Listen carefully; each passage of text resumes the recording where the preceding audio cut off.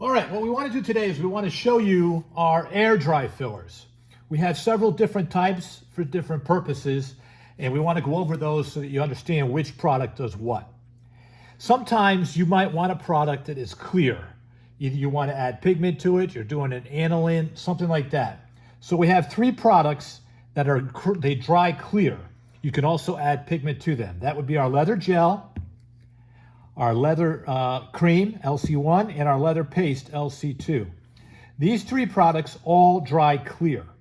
The difference is the leather gel is more of a runny consistency for filling bare spots and fine scratches. The cream is more of a creamy consistency, so it's a little heavier for a little bit deeper of a crack. And then the paste is heavier for deeper cracks. So those are the three that dry clear. Then we have our Durafill. The Durafill is used primarily as a primer. It has fiberglass in it. You rub it into deep cracks prior to putting down one of the other fillers. Some guys will fill with it completely, and you can do that as well. Then we have leather crack filler. If it's fine scratches, bare spots, thin cracks, then you would use leather crack filler. It's a gray material. It dries gray. Then there's XR10. This is an excellent primer and sealer, as well as you can use this to basically seal off the entire area. So it dries pretty much clear, and it is designed to fill in, like I said, bare spots, areas where there's fine scratching and things of that nature. From XR10, we go to XR11. This is a thicker version, more of a cream consistency. That's for deeper cracks. And then for the deepest cracks, we have XR12. That is a heavier consistency for a deeper crack. Now, once you have a repair, if it's not deeply cracked, then you can easily rub one of these rub-on fillers in there. So let's just say we'll take XR10. You have a bunch of fine scratching, maybe a few bare spots, but nothing really deep or wide open. Take XR10, apply a little to the surface. Then put a glove on and we rub it in.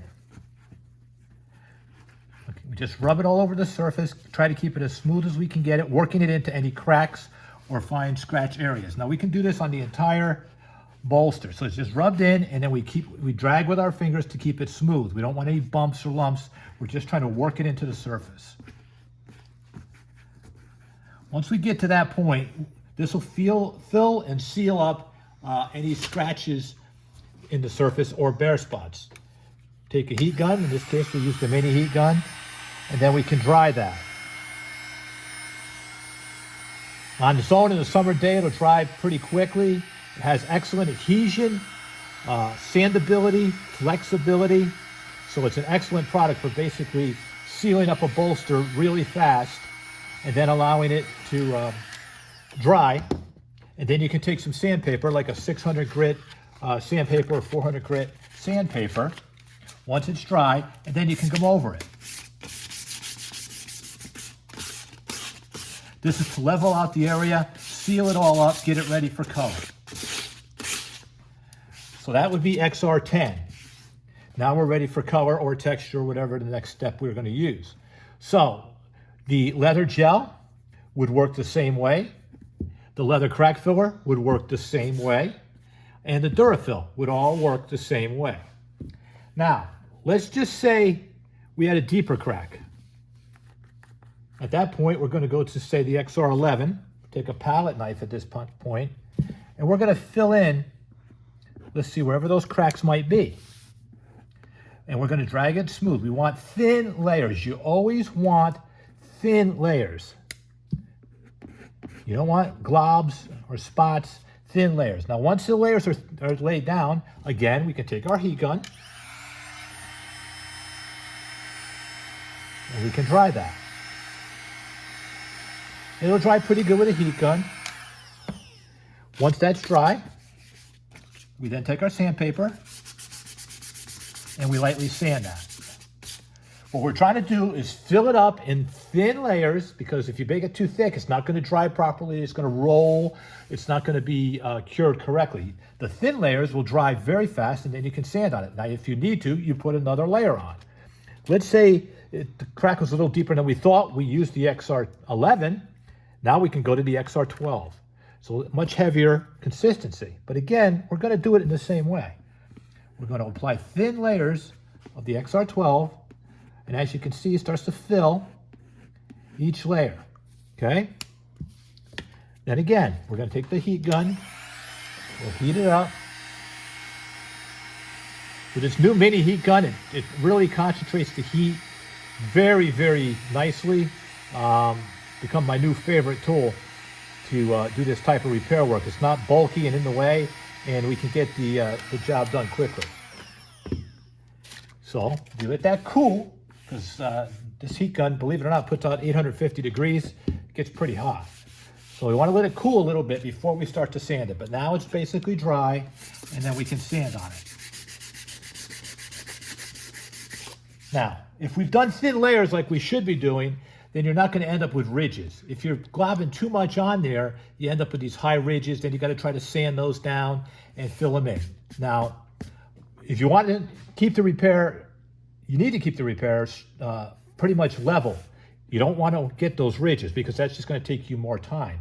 So once we get to this point, we sanded it down. It's ready for paint or texture. Or we can then take XR10 or even the leather gel if we wanted to, and we can go over this.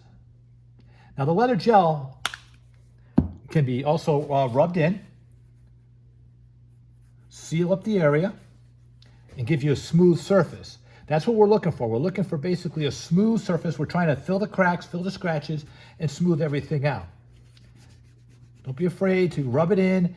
A lot of guys have the issue where they're sitting there with a palette knife and they're trying to spread it out nice and neat. Don't mess with that. That's just going to take you forever. You're not going to get this thing. You want to rub it in and then drag it. Rub it in and then drag it out. Smoothing it out. Once you get to that point, then you can dry it with the heat gun again and lightly sand it. Then you can apply spray texture if that's what you want to do, or you can apply just the color straight on that. Just make sure you always use thin layers. That's the key. If you don't use thin layers, it's going to roll. It's not going to fill properly or dry properly. So thin layers should not take you very long. Like for a bolster like this, you should be able to rub that, sand it down, fill it with XR10, 11, any of these fillers, rub it out, and then dry it. You should be ready for paint 5 minutes. Same thing with these fillers. You fill them, dry them, fill them, dry them. If you're filling them thin, they'll dry almost instantly, and you get a very fast build.